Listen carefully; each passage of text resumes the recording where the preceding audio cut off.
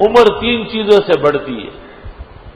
ایک قلت رزق سے، کہ معدہ خالی رکھو.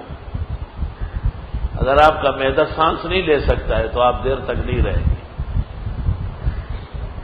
سب سے پہلا کام قلت رزق ہے. ہمارے استاد مولانا عبدالحنان صاحب دیکھ کے حیران ہو جائیں گے. دسترخوان پر بیٹھتے ہیں تو ایسا لگتا ہے جیسے کہ کوئی دوا کھاتے ہو. اس سب نوکری تو ڈک کا پلیٹ آگا پلیٹ فری جبل پلیٹتا ہو ادھر شم پڑا. ابھی ہم نے کوئی ڈالا نہیں ہوتا ہے دس سے کہیں میں دس کے ویزان بچ کو زان دن اخلاص ہوں ظاہر شروع کری کہتا تو خبر ہے کہ خیر سے نومدہ سے کہیں وہی دے ڈوڑی ماں تو روٹا ہی رہا کری گران کار دے ڈیر زیادہ دسترخوان د توامونو نه ډکی او سړی وګي او دې نوکری دا ډېر ګران کار دی. ټول نه لویه مجاهده په جهان کې دا. سب سے پہلا کام عمر بڑھنے کا وہ قلت رزق ہے اور یہ ہوتا نہیں ہے. یہ 100 میں 1 نہیں 1000 میں 1 اس پر عمل کرتا ہے. اور دوسرا کم کاروبار، کم روزگار، اشغال اور فکریں کم کرنا.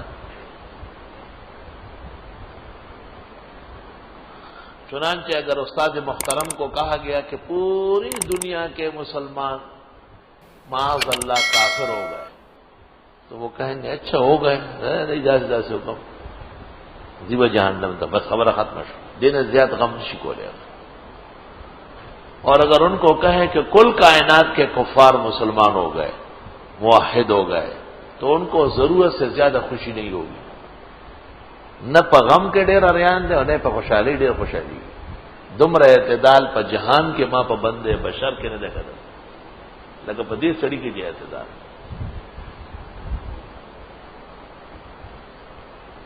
اور تیسرا محبت کی زندگی گزارنا، نفرت اور بغض کا پروگرام نہ بنائے، خوش خوش رہے.